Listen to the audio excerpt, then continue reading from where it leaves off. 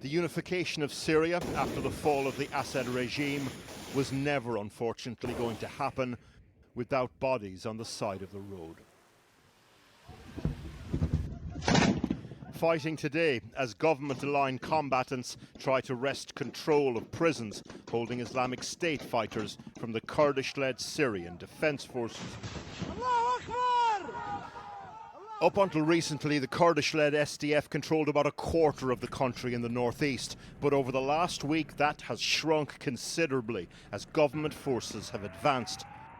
Yesterday, another ceasefire was signed between Damascus and the SDF.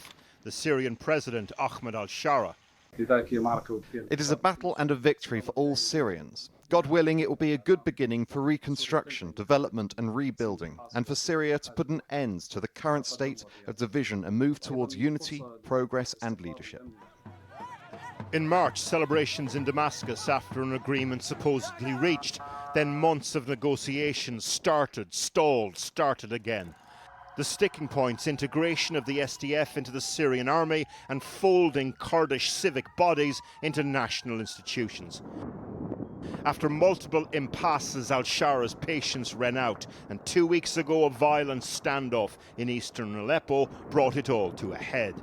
The Kurds are now on the back foot, their troops withdrawing under a mix of military and diplomatic pressure.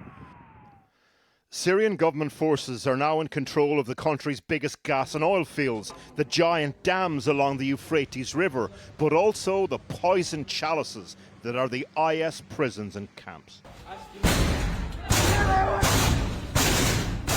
The SDF ran these prisons for years with US support after helping to defeat Islamic State.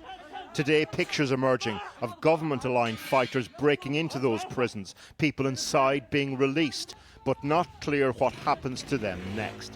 Both sides actually admit or say that IS prisoners have escaped from Shaddadi prison in southern Hasaka, but they trade blame as to who's responsible for it. So the government blames the SDF and says the SDF released those prisoners, while the SDF says that the government forces freed, the Damascus forces freed those prisoners.